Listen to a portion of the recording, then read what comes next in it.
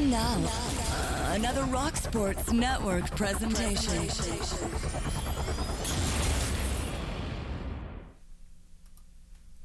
Welcome to RSN Trackside, powered by Bob Johnson Chevrolet on Rock Sports Network, Rochester's home for motorsports content. I'm Marty, Czekala, alongside with me today, Kelvin Lapierrer. Kelvin, we've made it to another year of racing. You excited? Yeah, Daytona 500's right around the corner. You got the duels tomorrow night, and qualifying's already taking place. There's nothing more you're looking forward to in NASCAR right now. How you doing as well in general today, by the way? Feeling great. NASCAR starts tomorrow. Same Big boys here. are on the track for the duels to finish up this qualifying order for Daytona 500 on Sunday. You know, I've been really excited for this racing season a lot, especially in the new decade. When the Super Bowl and the NFL finishes up, that's when you know NASCAR season has arrived. Yeah, NASCAR's its biggest stage is now, and it's got it all to itself. Granted, you got the XFL starting this past weekend, but nothing's bigger than Daytona come to Florida come mid-February. Oh, absolutely. Best time of the year for me. Exactly. It's like the holidays for NASCAR fans, pretty much. You waited all winter. You finally, spring's right around the corner up here in the Northeast. NASCAR starts up. You know the warm weather's right around the corner, so it's going to be a good time this week. Here's what we got on the rundown for you today. We're going to talk about some of the news that's broken out within the past week. Also going to recap the Busch Clash from Sunday afternoon. Also talk about Daytona 500 qualifying, a big upset there with Ricky Stenhouse getting the pole. And then we'll also preview the weekend with the duels on Thursday night, as well as the beginning of the Truck and Xfinity Series on Friday and Saturday, respectively. Followed with the Daytona 500. We'll preview it and give you our picks and early predictions for who could win the championship. So let's start out with some headlines here. The biggest story that came out earlier today confirmed the 45th President of the United States, Donald Trump, will be attending the Daytona 500. First time since we've seen George W. Bush for a sitting president who attended the 500 back in 2004. And this is a big deal for the sport right here. It's a big deal, and it goes back to when Trump said that NASCAR race fans are probably the most loyal and dedicated to the country because the whole national anthem controversy that happened. So for him to show up in an election year, it's not surprising at all, but it's also big for the sport of NASCAR that seeing the declining numbers of attendance throughout its whole racing series take a hit. Maybe this can spark something to get the fans to come back. And good for Trump to go. Am I excited for it? I'm more excited for the racing on the track than I am a political statement that's being made. Here's the thing as well. NASCAR or Daytona International Speedway, they have not announced, who's going to be the Grand Marshal to say the four most famous words in motorsports, which is, gentlemen or drivers, start your engines. And when our previous presidents of George W. Bush and Ronald Reagan attended NASCAR races, they were able to say the command. So likely here, our President Trump is going to be saying those famous words. And again, it's going to be exciting regardless, even no matter if it's not President Trump. It's going to be an exciting experience because Daytona 500 draws people from all over the world. It's not just the United States that show up. It's everybody. It's the grandest stage in NASCAR. So it's going to be exciting either way. Absolutely. It will definitely increase the ratings and increase the attendance for the 62nd running of the Great American Race. Other news, Sunday from Daytona 500 qualifying, Ricky Stenhouse Jr. got the pole, upset the 400 drivers with a blistering time of 194.582 miles per hour. We'll be talking a little bit more about qualifying later on and how big this is for the JTG Doherty Racing Team. Yeah, it's very big. Big news out of Hendrick Motorsports as well. Exalta and Napa Auto Parts have extended their deals with the 24 team of William Byron and the 9 team of Chase Elliott, respectively. Let's start off by talking about the Napa deal. It is a 2-year sponsorship extension with Hendrick Motorsports that lasts until 2022. It is a 26-race majority sponsorship, and Napa has been sponsoring Chase Elliott. You got to go back to 2014 when it was his first year in the Xfinity Series. Yeah, it's big. It's also showing that you still have the sponsors that are willing to stick with certain drivers, i.e. you saw it last year with Eric Almirola switching over to Stuart Haas, and Smithfield went with him to Stuart Haas from his old team. So it's great for sponsorship. It proves that NASCAR still has dedicated sponsors to the sport that are willing to stick around with the drivers they've developed relationships with. Great to see Napa on board once again this season. and the next few years as well. Exalta Paints, meanwhile, they're extending their sponsorship at Hendrick Motorsports for 5 years with William Byron. As we know previously, Axalta, they sponsored not just William Byron, but Alex Bowman as well for this season. Axalta leaving the 88, leaving some sponsorship open for the Bowman team, but now they're committed to William Byron in that 2014 for 5 more years. This will last until 2027, 14 Cup races each year beginning in 2021. And this partnership with Axalta, again, you got to go back to the 1990s, because when this was known as DuPont previously, this is when Jeff Gordon was starting out as the Winston Cup phenom. And when you saw them join on board with Jeff Gordon, he was young. He had proven something. Alex Bowman, yes, he's proven in the sport that he can run, but he's been with Hendrick now for going on his 3rd season, and the performance hasn't been consistent with him. Byron is the up-and-coming star of the Hendrick and the face of the Hendrick franchise, of who Hendrick's put all his money toward. So you're seeing Axalta now shift toward the 24 again to stick with another car that they've been with for a very long time, and then another sponsorship that's sticking with Hendrick through 2027 now. So that's now two cars that Hendrick doesn't have to worry about for the next 4 years. This is a huge year for William Byron in general. This is going to be his 3rd season of full-time Cup competition, and he definitely improved last season compared to his rookie year in 2018. Got numerous poles, including the Daytona 500 pole position last season, and a lot of media pundits are predicting that Byron will get his first win this season. Do you think it's possible? I could see Byron winning. Yeah. Does that necessarily mean I think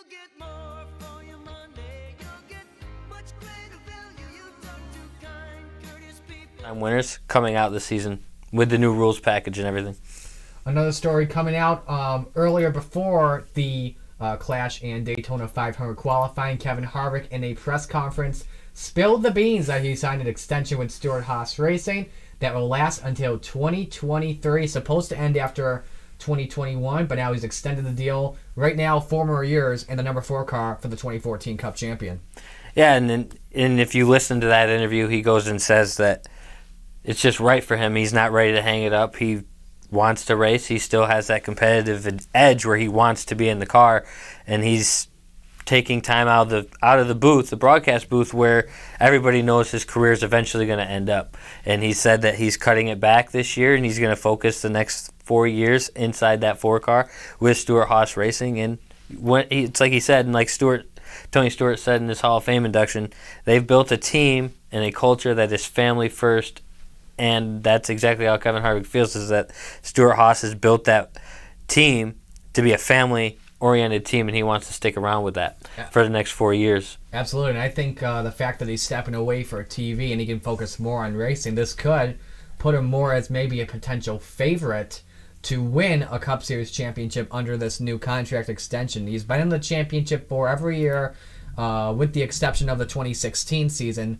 Harvick, always one of the favorites and one of the front runners to watch out for in a Cup Series race. Yeah, you're going to have your key marquee names always at the top of that list just because of how they perform on a consistent year-to-year basis. You're going to have your Denny Hamlins, your Kevin Harvicks, your Joey Logano's, Brad Keselowski's, Ryan Blaney's of the world that are always going to be up there and talked about in the top 10 to 6 teams that can win the championship, but ultimately you're always going to hear Kevin Harvick in that top 3 category, no matter where he's racing at. Final story here. Kyle Busch, usually every year he races 5 truck races per the limit mandated by NASCAR. 5 truck series races, and he's going to go all 1.5-mile tracks. Las Vegas, Atlanta, Homestead, Texas, and Kansas. As we all remember, last season, Kyle Busch racing 5 truck series races, won every race he was in. So this is, again, big opportunities for Kyle Busch. Get some more track time in his KBM Toyota Tundra. We'll have to see how he does again. Potentially going to be a big favorite to win these races. The one shocker I will say that I'm surprised isn't on Kyle Busch's list is the truck race at Bristol. He always talks about how Bristol is one of those tracks where it changes year to year, fall race to spring race or summer race. So he likes to get more track time at Bristol. He's not racing Bristol this year. He's going to 1.5s. And to see that transition to a 1.5, Vegas is no surprise. Kansas is probably my biggest surprise for him to run his truck series at, but he's also going to have stiffer competition with Stuart Friesen switching over to the Toyota camp. So I expect Stuart Friesen to give him a lot of competition at those 1.5-mile tracks. We'll be talking about a little bit more about that in a little bit. I'm surprised as well. Kyle Busch is not racing at Charlotte in the Truck Series. That's pretty much his best track in a truck, and he's won there so many times. That's the most wins of anyone in the Truck Series, including last season. Dominated that race. Yeah, it is. It's a little surprising because it's NASCAR's home track. It's Charlotte. You think he'd be there, but I think he's proved his dominance there, and he wants to let that younger generation fill in, and he's going to the tracks where maybe they struggle to put the fans in the stands for the truck race, so maybe that's where he's thinking of putting those 5 races at. All right, those are the headlines. We are going to recap the Busch Clash from Sunday afternoon. A wild start to Speed Weeks, to say the least, Yeah, Kelvin. very wild. Yeah, anyway, let's just recap the race first off. The beginning of the race, stage 1, we saw a lot of single file racing. The Fords and the Toyotas, actually most Fords and all the Toyotas, coming into the high side, and then the Chevrolets, as well as Eric Almirola, working on the low side, staying back for maybe some fuel mileage strategy. So nothing really important in stage 1 to worry about. But then when we got to stage 2, then the big question came, fuel mileage. You know, early on in stage 2, we saw all the Toyotas and all the Fords except for Joey Logano come down pit road, and then all the Chevys and Logano himself, they decided to stay out and make a fuel mileage gamble. Yeah, it was kind of risky. I think they're trying to figure out this new package, like we mentioned earlier, what it's actually capable of on a racetrack when you're running with such a limited amount of cars. And Joey Logano tested that out. Ultimately ended up kind of working in his favor, but then later on didn't work so well, as we'll get into later. Fuel mileage is going to be a thing. It's always a thing. The Clash is just one of those things where they're going to experiment and see what their cars are capable of to get to that Daytona 500. The people who are in the Clash have said it's an experimental race, and they were experimenting with their cars, testing that fuel mileage strategy, and it proved, I think it's going to show its head at the Daytona 500 on exactly what you're going to see come Sunday. It isn't really surprising. We saw these drivers just go all single file until we got to the final laps of the race. And, looking on social media, not really surprised that fans were disappointed they didn't get as much double file racing as they wanted to. But the only reason why they're going single file race is they don't want to risk their cars early on in the race. They don't want to get in that big wreck that we would eventually see later on. So I'm kind of surprised at that, but single file racing, you just got to test your car out how it does in the draft early on.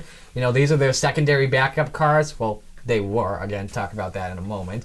But just trying to see how the cars would do in the draft, because as well, this is the first time during Daytona Speed Weeks they've used this new Super Speedway package where they've gotten rid of the restrictor plate and used the 550 horsepower tapered spacer along with the wicker on the back of the spoiler. Yeah, and like I said, it's experimental. You're going to see what the cars can do. This is the first time that you've had more than 10 drivers out on the track at once with a package like that. So you're going to see all 18 drivers inside that Clash. They're going to experiment, see what the car does in a single line draft, which is exactly what Brad Keselowski was saying before he ended up getting caught up in the big ones. They were seeing how long it would take them in a single file line to catch up to that lead pack, and when they all got single file in that second pack, it didn't take but 2 laps, and Brad Keselowski was battling for the lead. But yeah, I think as well, once that the Fords and the Toyotas, they were coming up to the Chevys and Joey Logano, because they were 1.3 seconds faster, as they said on the broadcast, and I think the reason why these Chevys and Logano were trying to let them come back up was because not only the fact that they wanted to maybe trying to think here, but I think the main reason was because they were hoping for a caution to come out. And those Chevys, a lot of them didn't think they could make it on a full tank of gas in the final laps of the race. Yeah, that's one of the things you look at. You look at the fact that they didn't have necessarily the fuel that everybody else had, but at the same time, Joey Logano was a sitting duck being in a Toyota with a bunch of Chevys sitting behind him. So maybe Joey Logano slows them up to let Brad get up there as teammate. Ultimately, it doesn't end up well for either of them, as Brad Keselowski would end up out of the race going to Disney World. And then, let's talk about that. 9 laps to go. Kyle Busch and Joey Logano, they're battling for the lead. Logano throws a few blocks on Kyle Busch, and then we get the first wreck of the day. Kyle Busch tries to save the race car, gets very loose after making contact with Joey Logano, and he gets into Logano. Brad Keselowski takes a big hit to Kyle Busch, nowhere to go, and those 3 drivers are done for the day after that. And it brought some controversy.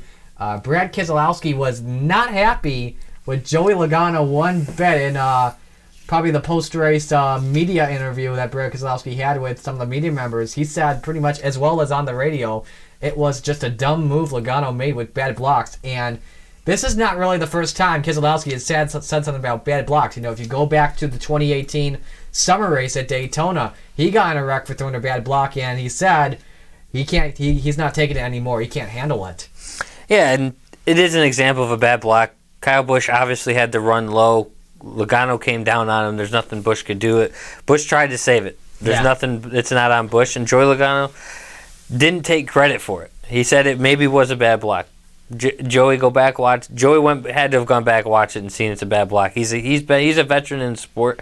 If this was a young kid out there that running that race and he was running first, Brad maybe doesn't have that reaction because he's inexperienced at. But at the same time, that line's not going to go with the young gun at the front. Kyle Busch had a little bit more trust in Joey Logano, not to give him that, not to throw that third block on him coming down when Busch was on the inside of his quarter panel, and ultimately ended up with Brad Keselowski getting wrecked again off, i.e. another dumb block, as he said, and this time it came from a teammate, and he let his teammate know, if you're going to block like that now, I'm just going to take you out. I'll take you out. I honestly thought that was just hard racing. 9 laps to go, trying everything you can do to try and keep the lead or get the lead. Just hard racing on the two of them, and that's usually common in a super speedway like Daytona. But 9 laps to go isn't going to make or break, and we've seen this at super speedways where Dale Earnhardt Jr. came from 17th to 1st in 3 laps. You can do it from 6th on back at Daytona, no problem. So Joey Logano blocking with 9 laps to go, not necessarily the brightest move, and Brad Keselowski, his teammate, let him know it. That's true, and I wonder what the conversation... I wonder if the two met up at Disney World, because Brad Keselowski said after... Because one of the media members asked Brad if he was mad at Joey, and are you two going to talk about it? Brad said that he was going to Disney World with his family, so not really going to focus on that. And then teammate Logano was mentioned by another media member that Brad didn't want to focus on talking with Logano because he was going to Disney World, and Logano said he was going to Disney World too, and they'd probably make up. But I have a feeling, though, that because they're teammates at Team Penske, I have a feeling Roger Penske, he's going to get Logano and Keselowski as well as Ryan Blaney and their crew chiefs and spotters and say, hey, whatever happened.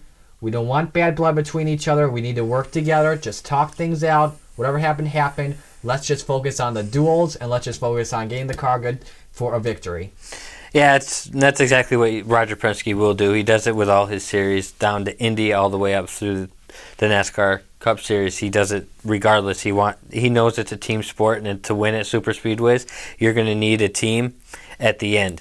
And the only way Joey Logano, Ryan Blaney, or Brad Keselowski are going to win the Daytona 500 is if they're getting pushed by a teammate, i.e. exactly what we saw happen at the end of the race with Eric Jones.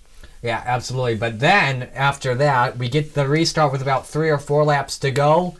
Ryan Newman lining up on the second row on the outside in 4th position, spins the tires, and we get the big one. The first big one, to say the least.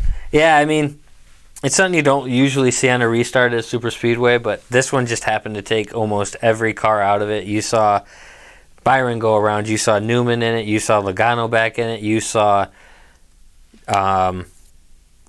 the 42 of Kyle Larson just spinning out of control, and they're just off the restart. That pretty much took out the rest of the field and left 6 cars in there, 5 of them on the lead lap, which is what set up for the wild, crazy finish that they had during the clash, and that's why you saw the beat-up race car of Eric Jones winning the race. He was the only one with a teammate left to push him to victory, and that happened to be Denny Hamlin, who's a lap down. All the cars that are involved in the wreck, by the way, we have them for you right here. You had Truex involved, William Byron, Ryan Newman, Kyle Larson, Harvick, Kurt Busch, Ryan Blaney, Clint Boyer, Alex Bowman, Eric Jones, all involved in the front stretch, and which led it to overtime. And we saw pit stops as well, again, but Denny Hamlin decided to stay out, and there was some concern that a right rear tire would be going down through not just him, but his crew chief and spotter. So we get to the restart, down the backstretch, he is very, very loose. I thought from initial reactions, he was side drafting Chase Elliott, who was next to him on the restart, a little bit too hard, and may have led to a tire rub or something, but no, this was the entire time. And in turn 3, Denny Hamlin just loses it and collects a bunch of race cars. And I think the only 2 that escaped without damage was Chase Elliott and Austin Dillon. Yeah, those two, they escaped, but narrowly escaped. And they were involved in a little bit of contact in the earlier wreck, so their cars weren't the most pristine. And then Chase ended up out shortly after this happened anyway. So it came down to 6 cars ultimately in the clash, which is what everybody's talking about. You had 6 cars, and you've probably seen the most beat-up race car win at a super speedway in a very long time. I think the car was most beat up was on the next accident we had when Kyle Larson and Chase Elliott were battling for the lead in the second overtime attempt. And Elliott crosses over on Larson and got Larson loose, and they went around, and that's when Jones got the beat-up front end. Yeah, Jones's beat-up front end came. That ended Chase Elliott's day. It ended pretty much Kyle Larson's day at that point. He didn't have any help out there whatsoever afterwards, and you're seeing it. And Denny Hamlin, 1 lap down, had his teammates still out there who could win the race. They got their way around Ryan Newman, who also had a beat-up race car, and you saw like I said, the most beat-up race car you're ever going to see win a super speedway, win a race car. I tell you what, that diecast, by the way, is going to sell out. The 124 It's going to be a nice one to have. I've already got my pre-order set for that. Just a nice little display for my room. But anyway, we saw Denny Hamlin push Eric Jones to the win for that, and let's give you the top 10 from that. Eric Jones won the race. Austin Dillon, who probably had the cleanest car of everyone after the wild race. By the way, we had 18 drivers start this race, and 18 drivers were involved in some sort of wreck. The rest of the top 10, Clint Bowyer, Kyle Larson, Ryan Newman. Your top 5 all finished on the lead lap. Hamlin was a lap down in 6th. Chase Elliott 7th. Ryan Blaney 8th. Joey Logano 9th. Eric Almirola 10th. 7 through 10 DNF'd from the race. On Twitter post-race, a lot of negative criticism. Some people saying embarrassing or a black eye for the sport. I think it may be embarrassing on the drivers and teams to, lose all that money on the secondary backup cars, especially with the fact that, I told you this before the show, you've got 18 of the best drivers on the National Association of Stock Car Auto Racing, and they find a way to wreck. But, you got to understand, close racing and blocking and wrecking, it's going to be part of the sport. No way you can miss it. The Clash, realistically, is an experimental race with the new packages that are out. And every year you see this. You see it either at the Clash or you see it in the duels. There's going to be a big wreck, and it's going to be blamed on a driver error. Driver error isn't necessarily what it is. It's them getting accustomed to the new aero package that's coming off the cars, the downforce that's applied to these cars, and with the new package that's for super speedways, they're testing it out. It's like when we saw when the new car came out and the Chevys would get alongside another Chevy, it would automatically make the rear end of the Chevy that was in front loose, and it would turn them sideways. This is exactly what you're seeing now, so it's not I'm not necessarily saying it's a black eye, but if this continues into the duels because they can't figure it out, Daytona is going to look and say, all right, what do we got to fix for the Daytona 500? And usually that means they fix a downforce issue on part of the race car. On the way here to the studios, you and I, we were listening to the Sirius XM NASCAR channel, and they were talking about the Chevrolets, with the new car, new body, new chassis on these Camaros, and we've been hearing as well that these Chevys, it's been lifted pretty much that you can pretty much just draft with anyone you want, whether it's a Ford or a Toyota or your own teammate. If you remember back at Talladega in October during the rain delay, one of the high Chevy executives, Jim Campbell, called all the Chevy drivers to the meeting. All the drivers said to the media they were talking about the new Corvettes, but the executive was saying we need to be working with each other to try and get the win. We can't be taking any of these high risks.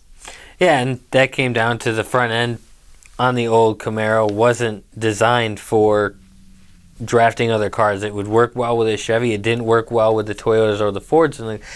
And that's the thing that Chevy fixed this year. They got rid of that point on the nose, so now it is capable of doing what it needs to do with other race cars. But at the same time, Chevy's still going to want to stick with Chevy because they want that manufacturer's championship at the end of the year. So late in the race, during the race, you're going to see that Chevy's going with Ford, Toyota, wherever they can to get up toward the front.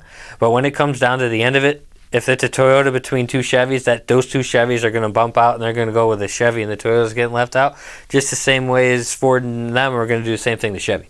Yeah, and remember, keep in mind as well, you were talking about the pointy front bumper. Remember back in the Clash in 2018, Jimmy Johnson got turned off for the front bumper of Kyle Larson on the final lap, and a lot of it really had to do with the fact that front bumper was angled, but not really anymore. Yeah, they shortened it up. They got rid of it's not as pointy. The point's still there. Yeah. It's just not as predominant as it was in 2018 and 2019. Yeah.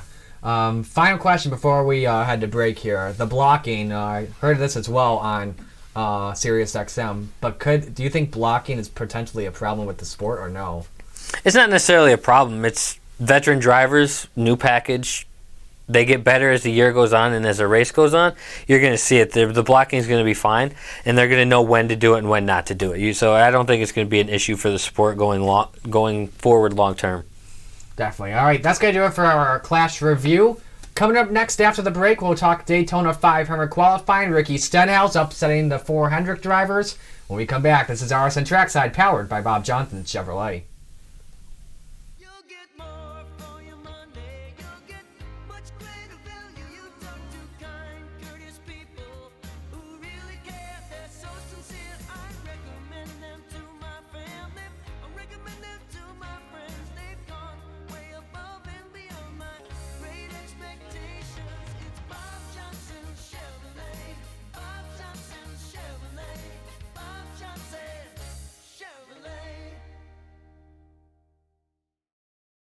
Hi, my name is Henry, and I want to welcome you to Batavia Downs Gaming.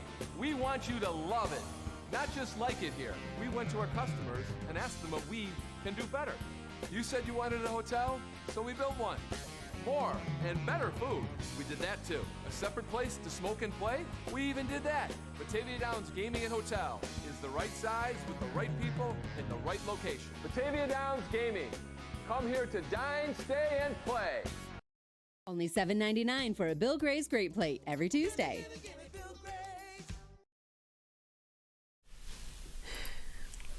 And we are back on RSN Trackside, powered by Bob Johnson Chevrolet. I'm Marty Czekala, joined alongside Kelvin Lapierrer. Let's talk qualifying from the Daytona 500 back on Sunday afternoon. Remember, this is not locking in all the 40 cars for the Cup Series. This is just locking in the front row. Thursday's duels tomorrow night will determine spots 3 through 40, and something that none of us saw coming, especially from the final practice before Daytona 500 qualifying. Ricky Stenhouse Jr. upsetting the 400 drivers who were the fastest that decided to go on the qualifying trim in final practice with 194.582 miles per hour. Alex Bowman will start second with 194.363. Now, provided as well that, they don't wreck in the duels or in any other final practice sessions, or else they'll have to go to a backup car and start from the rear of the field. And then Chase Elliott third, Jimmy Johnson fourth, William Byron, the final Hendrick car, starting in eighth. But Ricky Stenhouse Jr., this is like the biggest moment for JTG Doherty Racing. You got to go back to like the 2014 season when AJ Allmendinger won the first race for the team. Yeah, I mean, it's huge, but I don't see why people think this is such a big upset. If you look at the practice times, where's Ricky Stenhouse Jr. in practice 1? He's second. Where is he in practice 2? He's ninth. So he had the speed off the truck. That's true. So he had the speed. So I don't know why this surprises a lot of people when it comes to Ricky Stenhouse Jr. Where's Ricky Stenhouse Jr. good at? Super speed Daytona race. And Talladega. Yep. He's always up there. Does he always finish the race? No. Does he cause a little bit of havoc and get the definition of being a bad driver when it comes to blocking? Yes. But he's always up front. So why this is surprising, I don't get it. Ricky Stenhouse Jr., who's running that engine in his car? Hendrick. Hendrick has 7 motors in this Daytona 500 in the duels coming up tomorrow. This shouldn't surprise anybody because it's still a Hendrick front top 4 because it's Hendrick power in that Doherty race car for Ricky Stenhouse Jr. And what's up with Ricky Stenhouse Jr.'s mullet? Do you notice that? That mullet is coming back. Everybody's bringing it back. Blake Shelton's bringing it back. Ricky Stenhouse is bringing it back. I'm so glad to see the party, the business in the front, party in the back atmosphere coming back because that's exactly what NASCAR needs. Well, I don't know if you heard what Alex Bowman said. I forgot what it was on, but he said in an interview that he should have grown a mullet like Ricky Stenhouse. Maybe he would have got the pole. Yeah. So it's not surprising that Ricky Stenhouse Jr. is on the pole for this race. But it is a little bit surprising that everybody thinks it's surprising. Yeah, absolutely. And JTG Doherty Racing, they're usually good at super speedways. Like in the end of the races, I think one of my examples is you go back to Daytona in the summer, this time in 2017, maybe even 2018 as well. The JTG Doherty racing cars, they're usually up there in the end. Back in 2018, it was Chris Buescher in the 37 and AJ Allmendinger in the 47. They were working together to try and go for the win, which eventually went to Eric Jones's first Cup win. But yeah, this is one of the biggest moments for JTG Doherty Racing. Not the biggest moment for Ricky Stenhouse. It's not his first pole ever. That came back at Talladega in 17. Yeah, but also for Doherty, it caps off being on the pole at every super speedway that NASCAR has. So that's another reason this is big, and I'm really excited for them. But at the same time, it's Ricky Stenhouse Jr. I'm not going to get overexcited. Yeah. Because it's Ricky Stenhouse Jr. But I am glad that JT Doherty, Ricky Stenhouse Jr. put that car on the front row, starting first at the Daytona 500 coming up on Sunday. As far as it comes to the duels, we see it every year. Those two, the top two usually fall to the back, and they sit in the back, see what plays out. If they think it's safe, they're going to make their way and try and win the race. But at the same time, there's no need for either Bowman or Ricky Stenhouse Jr. to be up inside that top five cars running late in the race, because that's usually where the wreck happens. But I think you're going to see the duels play out a lot better in the Clash than did on Sunday. Also, Alex Bowman. Alex Bowman should be the surprise. 25th in first practice, all the way up to 4th in second practice.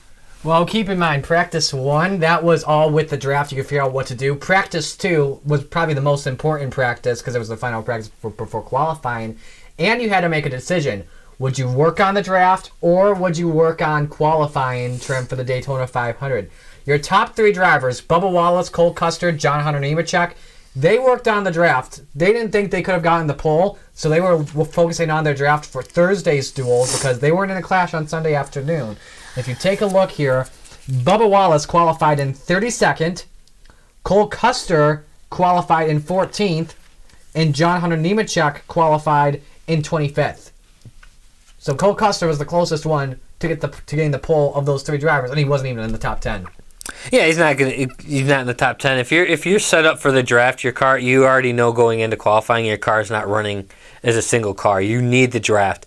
And this is why when everybody gets excited for getting the pole at a super speedway, their first reaction is, it don't matter where you qualify, it's going to matter where you end up in the draft late on in the race. Because you can be anywhere in this draft and get to the front, as long as you have the help to do it, or the car to do it inside the draft. You can't do it as a single car. So Ricky Stenhouse went to their qualifying trim where they were going to be that single car. They knew what they had going into the draft because they did it in in practice 1. So to come out there in practice 2 and have a 9th place car, then put it on the pole for the Daytona 500, that shows a lot of power that Hendrick Engines says that they have found. And let's not forget, Hendrick, after practice 1, took the noses off all of their 4 race cars and found something and then re-welded and fabricated them back together. Yeah. So Hendrick's teams have found something, and I'm sure they've passed it along to all of their other engines that are being run in the Daytona 500 and the duels on Thursday. This is huge as well for Ricky Stenhouse Jr. because usually when you get a pole in any NASCAR race, it's not really celebrated because everyone's focusing on Sunday. Daytona 500 pole qualifying, it's the week before the race, only time that happens. So this is a big time. This is a time like they can celebrate. This is the moment people are talking about outside of the Clash for the next few days. Everyone's going to talk about Friday morning after the duels, what happened there. Then everyone's going to be talking about trucks, Xfinities, etc., etc. And no one's really going to be talking about qualifying on who got the pole during any other time because usually these qualifyings are either on like a late Friday afternoon, early Saturday afternoon, and no one's really going to care. They're going to care about the companion races, the Xfinity or the Truck Series before the race. Yeah, that's kind of what gets lost in it is Ricky Stenhouse Jr. They're going to talk about him being on the pole during the first dual race. They're going to be like, all right, we know who the top 2 are. Where are we going to line up? What are they going to do during the race? That's going to be the question he's going to get asked for the next 2 days, today and tomorrow. What is your plans for your dual race? Are you going to follow the back or are you going to stay out front? 9 times out of 10, we've seen the pole sitters, the front row, fall to the back, watch what's going on, and just stay with the draft and to keep that nose clean for the Daytona 500 because they know they're starting up front. I want to, and also as well with Ricky Stenhouse, all that pull, because he gets like a week to celebrate it. Monday and Tuesday, I think it may have been just Monday only, he was able to celebrate. Went to the biggest market in the United States, New York City. He was on FS1's First Things First. He was on Fox News Radio. He was on so many things, and he is able to promote the Daytona 500, have people watch it, come on out to the race because he is started on pole. And then also get to get your sponsors out there. Kroger, all the companies that support Kroger as well. His company, NOS Energy, Chevrolet, the team itself, they don't get as much popularity as a Hendrick Carr, Penske, or Joe Gibbs does. This is huge. Yeah, it's huge for the sport. Like I said, I'm going to go back to his hairstyle. That goes to the NASCAR fan. That is exactly what you think of when you go to a NASCAR fan. Business in the front, party in the back. Ricky Stenhouse Jr., by far, is deserving of it, and he's pushing NASCAR forward. And it's like you said, it gets Doherty Racing out there. It gets them that 2-week long exposure before the Daytona 500 that they only had for that short window when A.J. Allmendinger won at Watkins Glen and then was only known as a road course specialist, and those were the only 2 chances he had to make the chase. Now you see right off this right to start the year, they're up front. They've aligned with Hendrick. Everything's looking up for Doherty Racing, and I'm looking forward to this year for that 47 and for Doherty Racing in general. I want to talk about Brad Keselowski as well on Team Penske once again. He's pretty much the driver we've talked about the most on the show today. But the thing is, he qualified 23rd with a speed of 191.27. But here's the thing with Keselowski. If you go back to the second practice session, the early minutes was about to go out for his opening laps, and there was a car in front of him that was stopped, was laying on the brakes. Instead of rear-ending the car that was ahead of him, he hit a fence pole. No joke, he literally hit a fence pole. Something you don't see every day in the sport. Got a lot of right side damage to the car, affected the aerodynamics, affected the chassis. They lost all of the second practice, no time on track. Probably like the most notable driver that was omitted from the leaderboard on practice that day. And they didn't even decide to go to a backup car. They repaired that thing for like 3 or 4 hours. It took them 4 hours to repair just the right side of the car with how much damage was there. Even because that practice was on Saturday, even lasted until the ARCA race was over. Yep. When they finished that. So there was no surprise that he was going to work on the draft. And, we saw it before in practice 1 as well as in the clash. If you go back to the first practice session. 21st. He was 21st quickest, 197.247. And then in the class, you could work on the draft, which, the Penske cars, no surprise, they're one of the best super speedway teams out there at the moment. Brady has won on super speedways in the past. In fact, his first win in the 2009 upset over Carl Edwards when he was only a part-time driver was at Talladega. Yeah, and Brad Keselowski's no stranger to super speedways. He's a veteran of the sport. He knows what it takes to get to the front. As long as his car is aerodynamic and can move, he's going to be fine, and that's why not going out in practice too doesn't bother. It's not going to bother him as long as his race car and his race team had the time to refix that right side, and that's exactly what they did. They took the 4 hours to fix that right side damage, took it all apart, put it all back together, brand new. It's ready to go for the duels tomorrow night. Yeah, absolutely. Let's move to the part-time or non-charter drivers that have to be racing their way in or clock their way in. We saw 2 drivers that are able to get into the Daytona 500 on speed no matter what. And they were both Justin Haley and Brendan Gaughan. This is a big moment for both of them. I want to talk about Haley first because this is going to be his first Daytona 500 start, and this is the first start for Kaulig Racing. And for those of you that don't know, Kaulig Racing, full-time Xfinity Series team. Haley drives for them full-time, and for them to make the show on speed right now, this is huge. And they're coming off of their best season yet in Xfinity Series. They got 2 wins, and they had before Allmendinger got disqualified for failing post-race inspection. They had finished 1, 2, 3 in the summer at Daytona. So this is another big moment for Kaulig Racing. Their stock is really going through the roof. Yeah, and this is another thing that NASCAR wants to see. They want to see owners being willing to advance their technology, and that's exactly what Kroger Racing has done. They've moved up with Justin Haley. Justin Haley's driving the 16 car. Don't worry, on the sheet it says 116 because the 16 is technically still owned by Roush. I do believe it's Roush that owns the rights to number 16. But Haley, He ran well in practice. Yeah. There's no reason he shouldn't make this race on speed alone. Mm-hmm. And the fact that he didn't is kind of upsetting. But again, they prepared for a draft style race because they knew they weren't getting the pole in that race car. If Haley comes out, puts a top 20 in at the Daytona 500, that's the second biggest headline coming out. Mm-hmm. Unless we have a huge upset win, then that's going to fall way short for Haley. But let's not forget, Daytona and Talladega is where these type of race teams perform well. Oh, yeah, definitely. So I'm not going to be surprised if you see him get a top 10, only because you're going to see a big one at some point throughout the Daytona 500. If he avoids it, top 15 is on the horizon for Haley. Haley does have one Cup win as well in the big upset back in the summer at Daytona with Spire Motorsports. This year they got, for the 500, Ross Chastain behind the wheel in the 77. But, Haley stayed out on that. Lightning had struck, and the ruling is within a radius, you got to put the car, you got to stop the cars for at least 30 minutes. Then it started to rain. Justin Haley with the biggest upset of the season. Yeah, and Justin Haley obviously is no stranger to Daytona. He won his race at Daytona. He's back at Daytona with the race team he runs for in Xfinity. I see this as a proving ground. All right, if they can prove it consistently, it's going to have to be consistent.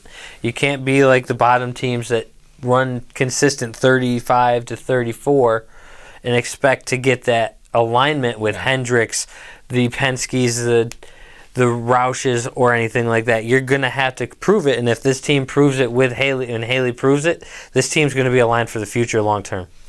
Final driver I want to talk about, actually we've got about Brendan Gaughan as well, because for those that don't know, his final season of racing cars, then he's going to retire, and we know he only races part-time, only of the 4 super speedway races for Beard Motorsports, and for him to make it on speed. Remember, this team, one of the better super speedway teams, because they only race in the super speedways despite being really the bigger underdogs, but they're usually contending at front near the end. If you remember back in the Talladega playoff race, he was leading the outside line, going for the lead, and then the big one happens and this car goes up and over. Yeah, and Brandon Gaughan, like you said, only runs the 4 speedway tracks every year, and to see him retiring at the end of this, I want to see him in the race. Do I think he's got the speed? Of course he's got the speed in the draft to do it. He was 27th in second practice with a speed car, and that's up from 33rd from first practice. So I think he's going to get in. He's going to get in. Is he going to be the Haley, though, at this year's Daytona 500? I don't think so. I think he's going to fall just short. But I'm looking forward to seeing him at Daytona again and then Talladega in April and in October. He could be running near the front of the end once again. We'll just have to wait and find out. He was running in the front in Talladega in last October and got caught up in that big one that happened with about 10 laps to go. Heck, he even could have won that race. So but anyway, final driver before we go to break here, I want to talk about Daniel Suarez. Qualified 36th on time trials with a speed of 185.479. This has not been the best speed weeks for not just Suarez or the 96 Gaughan Brothers team, because this is the first time in the Daytona 500s or speed weeks that Suarez has been a part of in the Cup Series that he is driving a non-charter car. And it's been a tough speed weeks because, Suarez, he was hired by Gaughan Brothers a month before the 500. They've been trying to figure out sponsorship deals as well, hire crew members. They could be in danger of not making the race, and I think they may not be able to make the show after tomorrow night's duels, but we'll talk more about that in a little bit after the break. Yeah, it's one driver I think is in serious danger. Coming up, we will preview the duels and the entire race weekend. After the break, you're watching RSN Trackside, powered by Bob Johnson Chevrolet.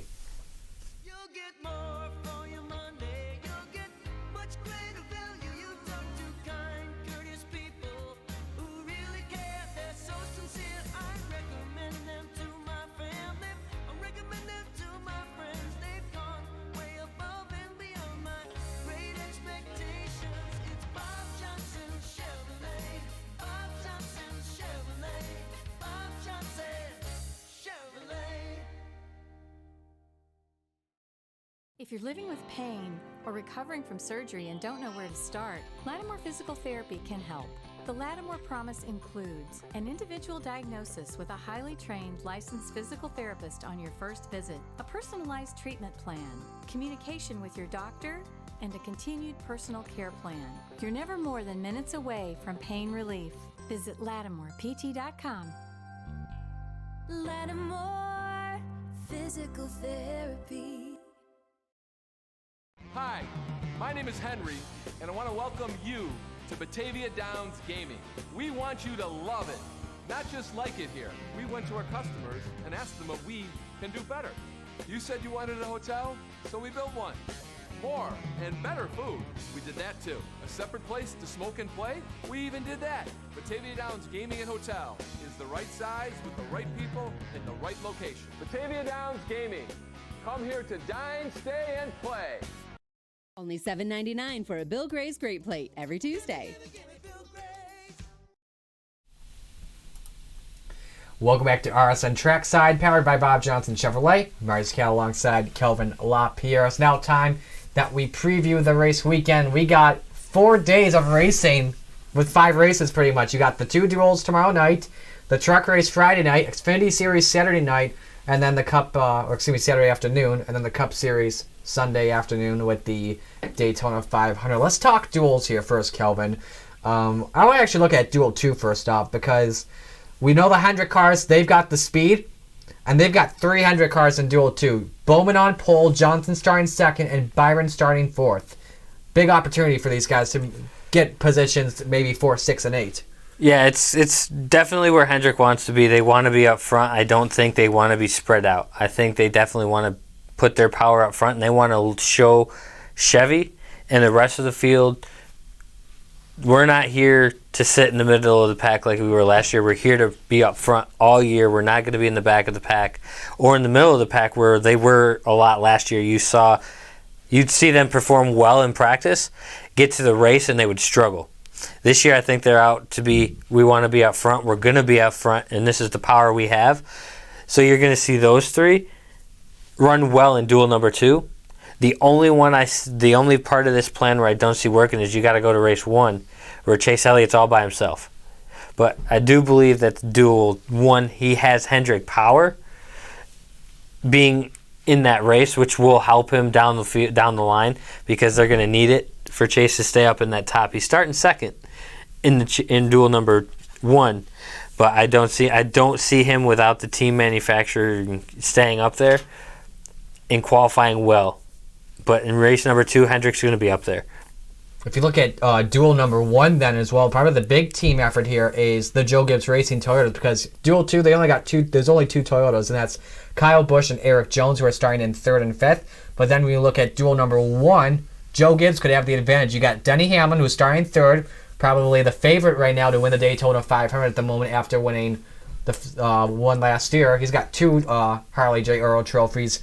You got as well Christopher Bell. Now, that's not a Joe Gibbs Racing team, the 95, but it is an affiliate. They're Toyotas with Levine Family Racing, so like a lot of their bodies and engines, they come from the Toyota team.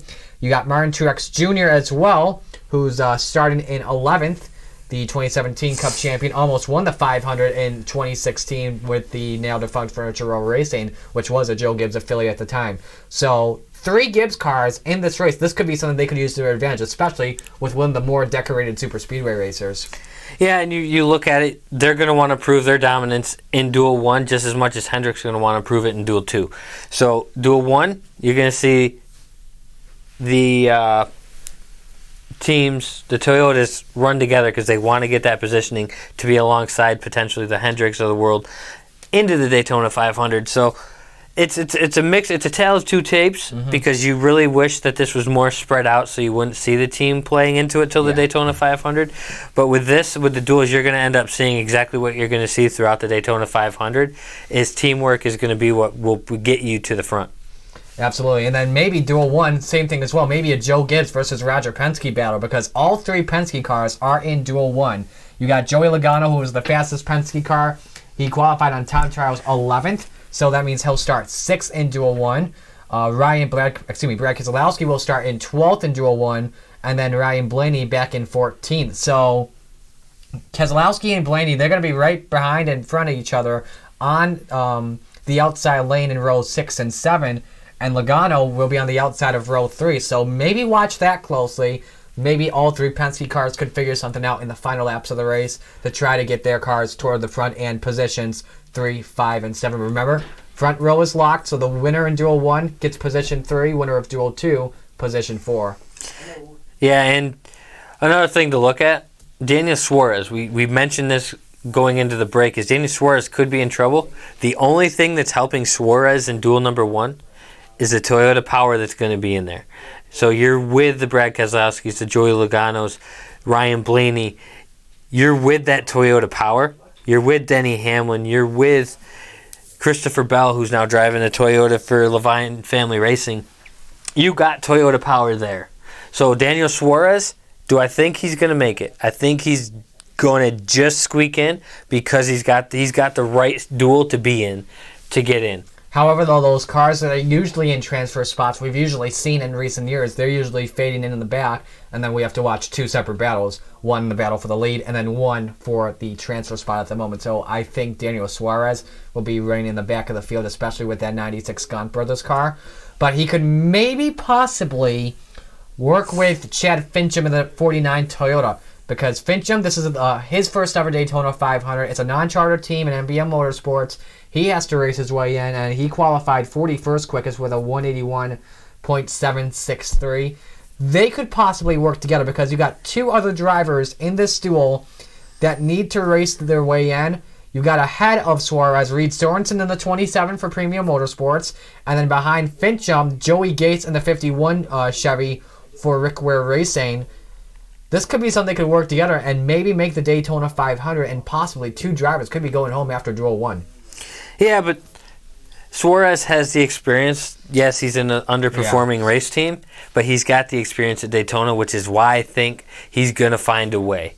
There's going to be a way. There's going to be drivers that go to the back from this first race that will be in the back with him, and that will push him forward to get him where he needs to be to qualify, just because it's another Toyota in the Daytona 500 that may come back to help, because this is a race and a super speedway where anything can happen. Who do you got to win in Duel 1 and Duel 2? Duel number 1, I still think Denny Hamlin is going to find a way to win Duel number 1. He's starting in 3rd. He showed what his car can do with being damaged underneath into the clash.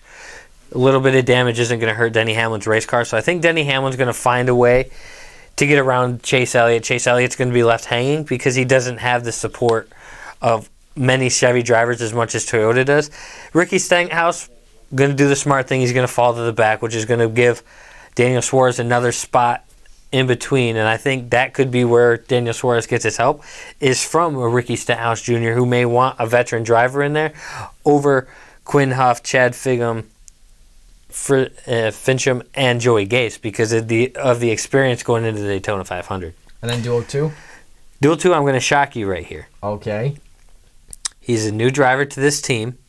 He was handpicked by the driver who left this race car. I know who you're thinking. We haven't talked much about him yet. We haven't even mentioned his name yet on the broadcast. Matt DiBenedetto will win Duel number 2 and outperform the Hendrick race team with the Penske help, even though all the other Penske drivers are in Duel number 1. Matt DiBenedetto is going to learn what it feels like to win a cup race in Duel number 2. Unofficially. Yes. My duel picks, I think we see a Joe Gibbs sweep in the duels. Duel number 1, Denny Hamlin. I mean, how can you not go against Denny Hamlin? He's just too good on super speedways. I'm going to go him for Duel 1, and then Duel 2, I think Kyle Busch gets some help from Eric Jones, and I think they take home Duel 2, overpowering the Hendrick guys again. And, that's my pick for the duels. So let's move over to the Truck Series. They got the NextEra 250 on Friday night. A lot of stories in the Truck Series. You got Matt Crafton on a title defense, just won his 3rd title last season. You've got a lot of rookies to the Truck Series this year. KBM has 2 new rookies full-time. They got Christian Eckes as well as Rafael Lassard in the 4 and the 18 respectively. Chandler Smith doing some races as well. You've got, oh my goodness, just a lot of rookies. Tyler, I know he was considered a rookie, but he's going to be officially making his first full-time season. Tyler Ankrum, who was in the playoffs last year, he's moving to GMS Racing. Also as well, Tate Fogelman to the old 2. Tanner Gray, NHRA Pro Stock Champion from 2018, moves up from the Arca Menard Pro Series or Canaan Pro Series previously. Now to the Truck Series full-time with DGR Crosley. Derek Kraus, defending Canaan West Champion, moving up with Bill McInerney Racing to the Truck Series as well. Zane Smith to GMS Racing in the 21. Ty Majeski as well, full-time in the 45 for Nice Motorsports. But when you go to a race like Daytona, this is pretty much a crapshoot. You could pick a name out of a hat, anyone could win it. This is a big race. You pretty much get that with every truck race. You could put a handful of names into a hat, draw it out, and they're going to be one of the top favorites to win it. Do any of those rookies any of them going to perform well at Daytona? I think that's where the inexperience is still hurting the Truck Series a little bit. Is when it comes to these super speedways, they don't have that experience on the super speedway, so they end up wrecking out early. So I'm not going to say a rookie's going to win the truck race on Friday night. I think it's going to be a veteran that comes in, wins it, but the rookies are going to perform well enough to show that they can hang with the big boys, i.e. the Stuart Friesens, the Matt Craftons of the Truck Series. They're good. They're there. They're there for a reason. I see this ending well, but I don't think that they're going to perform well enough to win this weekend, but they're going to perform well throughout the year. And then you were just mentioning Friesen. That's probably the third big storyline of the season as well. It's pretty much his own team now. The past 2 years, he had a big technical alliance with GMS Racing. All of his trucks were coming from this shop. He's got his own shop now. Bodies are coming from Kyle Busch Motorsports, which also means as well he's switching from Chevy to Toyota. So that TRD power, big advantage for Friesen. Yeah, Friesen, another one that the fan base has been looking for, especially up here in the New York area. Yes, absolutely. With his grandparents owning Ransomville Speedway years ago, and him still coming up here and calling it home and racing in the Dirt Series tracks here in New York, in the Weed Sports, the Ransomvilles, the Genesee Speedway. You see it. You see Friesen all over the place. So he's got a huge following up here in New York, in the Western New York region, and now he's got the power. There's no doubting now that the time is now for Stuart Friesen to show what he's made of.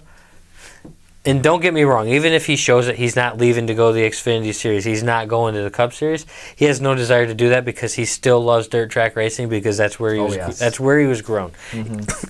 Pardon me. He's been asked this question. Would you consider going to the Xfinity Series? He said no because it cuts into my dirt track schedule. Exactly. And he loves dirt track racing. It's where he was grown. So Stuart Friesen, I think, is going to have a huge year. And I don't think he's going to fly under the radar like he has in the past because of that Kyle Busch Motorsports alliance, building his bodies and switching to Toyota and having that Toyota power now underneath that race hood. Absolutely. It was a breakout year for him last year. 2 wins. Got his first win on the dirt, actually, at Eldora. And then the second win at Phoenix that sent him to the Championship 4 last season. Yeah, and he didn't come away. Crafton came out from the Championship 4, and that could be partly to do because Friesen didn't have the horsepower for Miami. He's now going to have that power when it comes to Phoenix. And remember, Toyota won their last season at Homestead with Austin Hill behind the wheel, but now the title race switches on all 3 series from Homestead to Phoenix, and that's where, again, Toyota could have that advantage, and maybe Friesen. Remember, like I just said, Friesen won this race last season. Yeah, so I think Friesen is going to be a name that you're going to hear consistently week in, week out when it comes to the Truck Series. But you're also going to have other names in there. Haley Deegan might be getting a couple races in a truck. Yeah. That's going to be a surprise. I think she's going to be able to run up front with Friesen, Crafton, and the likes of the world of that. Only because of the power she's going to be put in. She's not going to get a scrub race truck. She's going to be in a truck that can compete. And is she going to race at the super speedways in a truck? No. I don't think she's going to get that. But she might get a Bristol race out of this. Don't worry, let it out. We're not live. But anyway, your pick to win for trucks.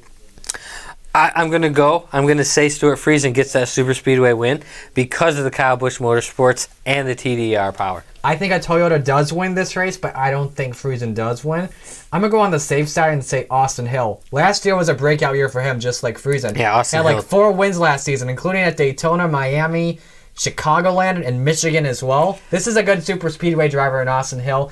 This is a breakout year. I would not be surprised as well this season if he does make it to the Championship 4 at Homestead. Yeah, Austin Hill, a driver that when NASCAR Heat came out, he was the truck driver you saw in every loading screen. Austin Hill, Austin Hill. I would say Austin Hill. This guy runs in the back. Why is he the featured driver on a load screen? Lo and behold, look what he did last year. The 4 wins. Mm-hmm. He's going to be up there.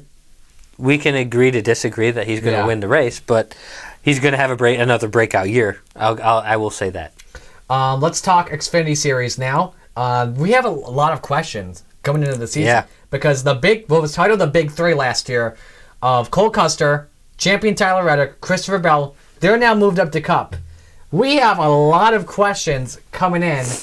Who could be the favorite to win the title? Like all the drivers that are like big names in the Xfinity Series now. The Justin Allgaiers, the Chase Briscoes, Michael Annett, Brandon Jones.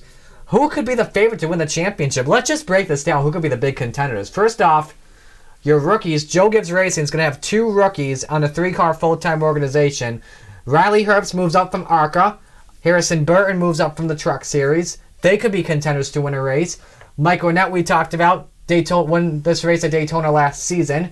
Justin Allgaier, who's been racing the 7-car ever since 2016. He's been to the championship 4 a few times, has not won the championship yet. Could be the possible favorite this season.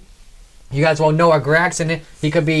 He's most likely flying under the radar on a lot of drivers, but he could be a sneaky title contender. Ross Chastain moves up to the Xfinity Series full-time this season in the Kaulig Racing number 10. One of the best drivers to watch out for, and the man that makes the most NASCAR races every single season. Brandon Jones in the 19 got his first win last season at Kansas Speedway. Could be someone to watch out for. He's been really the man that people say is overrated, but this could be a big year for Brandon Jones after finally getting that monkey off his back of winning that first race. Austin Cindric, full-time in the 22, the guy that's probably the most experienced on the road courses, could be a possible championship 4 favorite. And then also as well, probably Chase Briscoe in the number 98. His second full-time season with the Stewart-Haas Racing team, and won a race last season at Iowa. Could be someone to watch out for. So we have many questions on who could be going for the championship. Yeah, those questions definitely won't be answered after week. They won't be answered after week 1. Yeah, no way. But you're gonna you're gonna see a surprise come Daytona Saturday afternoon. You're gonna see a surprise team, and you're gonna be like, do we have to consider him a serious title contender? And I'm going to have to say, yes, you're going to have to consider this driver a serious title contender. We mentioned his name, and you just mentioned his name, and he was the very last one you mentioned. Chase Briscoe? Chase Briscoe. I think you're going to have to pay him close attention because I think he's going to surprise a lot of people here at Daytona on Saturday afternoon. But I also think that momentum's going to continue throughout the whole year because he's in a Stewart-Haas race team. And Stewart-Haas has been known to develop talent and find talent where it is, i.e. they brought in Eric Almirola to replace Danica Patrick in the 10, and the 10 has taken off in 2 years since Danica Patrick has departed. Mm-hmm. You've got the likes of Kevin Harvick willing to re-sign an extension through 2023. You've now brought in Cole Custer to run in that was running that 98 team. So I think that Briscoe's one to watch, but my favorite going in, and this is going to be a little bit of a homer because this crew chief's from Arkport, New York, which is where I went to high school, graduated from Arkport, and that's Justin Allgaier. Jason Burdett is an Arkport guy. He's been to the championship for the last 2 years and hasn't found the success to win it. But I think Justin Allgaier, just based off of that, has to go in to Daytona and be the title favorite at the start.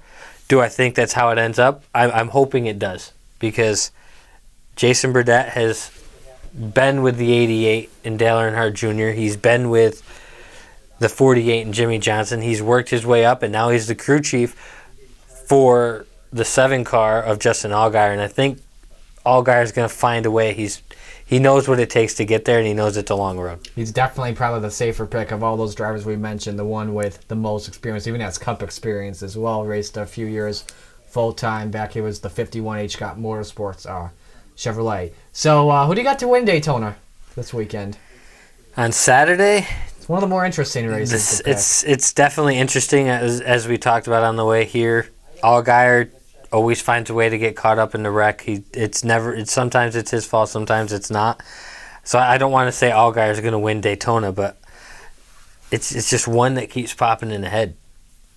Ross Chastain. Absolutely. It keeps popping into my head that Ross Chastain's going to have a car and a team that's going to find a way to get him into victory lane at Daytona on Saturday afternoon. I think they don't just find a way to get to victory lane at Daytona this time, but many times throughout the season. That, like I said, Kaulig Racing, huge year for them, especially off of last year.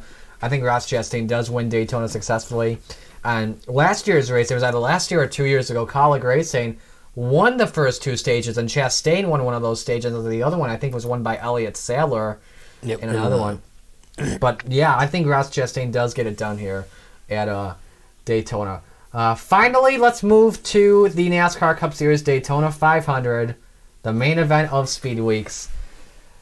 This is a big season in the NASCAR Cup Series. You know, a lot of silly season changes, a lot of schedule changes. Obviously, one of the races to watch out for with the Daytona 500 because of the new package and all, the Super Speedway package. Always a race that anyone can win and probably everyone's favorite race of the year. Yeah, it's the biggest race of the year. Yes. It's the one that draws the most to Daytona. It's that time of year where people are saying, all right, spring is right there. It's coming up. We're on the cusp of it. We can feel it. The drivers are excited. The new cars are exciting. The next gen cars coming out. You're starting to see photos of it on other tracks. So you're seeing it and you're hearing all this news, i.e. Indianapolis is running an Xfinity Series road course race, which we didn't even mention, and that's just some of the silly season off the season news that happened. And Matt DiBenedetto went and ran 3 different style tracks for the Indianapolis race on July 4th weekend in Indianapolis. That's just some of the stuff we haven't touched on. And then you got the drivers changes we never really touched on with Christopher Bell going into the Levine family racing. You got Matt DiBenedetto going to the 21. You got Jimmy Johnson retiring from full-time Cup Series action at the end of the year. You have Daniel Suarez now out of a ride at Stewart-Haas, and then Cole Custer coming into Stewart-Haas. You've got the big 3 from the Xfinity Series that have come up into the Cup Series, and you're sitting there and you're like, you got a lot of fans being like, who's this guy? Who's this guy? Where did he come from? Because they don't pay attention to it after the season's over. And now they're starting to realize, like, oh, man, I might have a new driver I want to root for.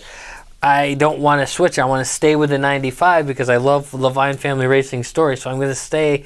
And as much as I loved Matt DiBenedetto, I'm going to stay with the 95 car and Christopher Bell. It's just insane. So you look at what could potentially happen at the Daytona 500 with Ricky Stenhouse Jr. on the pole and Hendricks Power on the outside with Alex Bowman.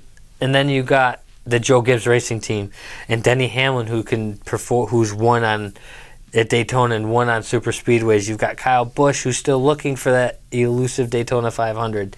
So I think you're going to see it. I think you're going to be surprised, and this racing package is going to only increase the thrill level of the Daytona 500. No doubt about it. But when it comes to a winner, it's going to come from a dual race. Mm-hmm. It's not going to be dual 2.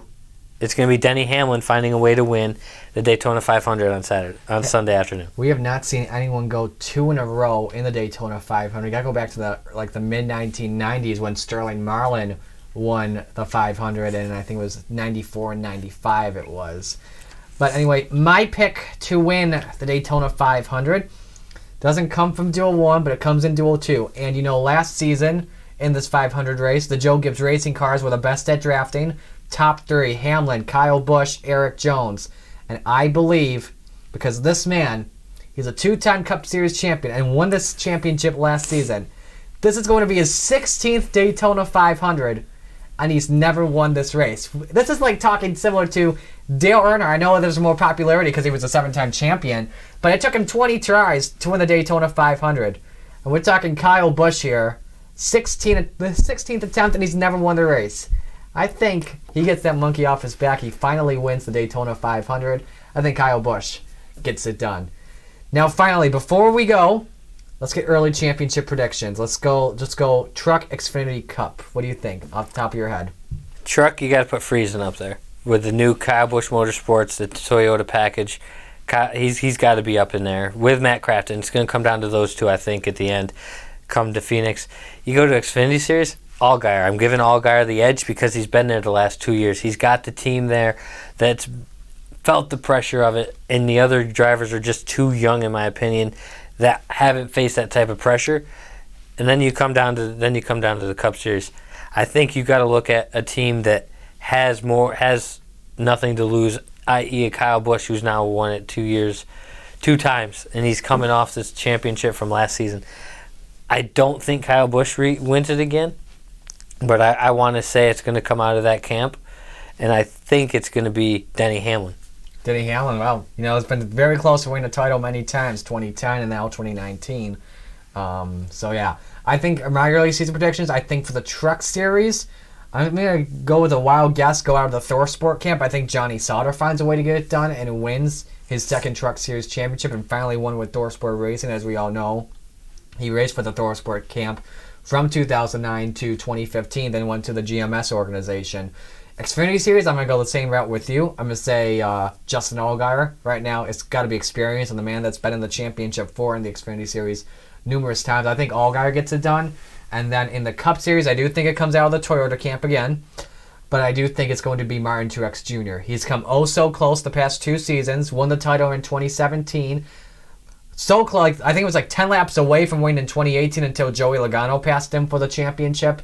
And then 2019 had that issue on the car where right side and left side tires were mismatched. And I think if that doesn't happen, I think, in my opinion, Truex gets it done. And he's pretty good on 1.5 mile tracks, which is the meat and potatoes of the season. But when we get to the end of the year, it's the Phoenix Raceway. The Toyotas are going to matter. I think Truex gets it done. The stats don't really lie there on the short tracks. Only 1 win at Richmond. Unless you want to count Dover as a short track, then it would be 2 or 3. But I think MTJ gets his second title and his first in the Joe Gibbs Racing team. So, another driver we didn't talk about, Kevin Harvick. Yeah, Kevin Harvick could be someone to watch out for, too. Where does he run well at? 1.5 mile tracks.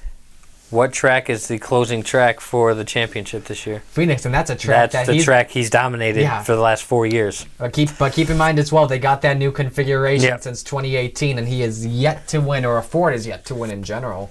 So, I think he's somebody to keep an eye on, but I still think Denny Hamlin's going to win the championship. Yeah, Harvick, Busch, and Truex should be some ones to keep an eye out on. That's going to do it for RSN Trackside today, powered by Bob Johnson's Chevrolet. Special thanks to Gary working behind the camera and on the graphics as well. On behalf of Kelvin Lapierre, I'm Marty Czekala. This has been RSN Trackside. Till then, talk to you all later. Goodbye, everyone.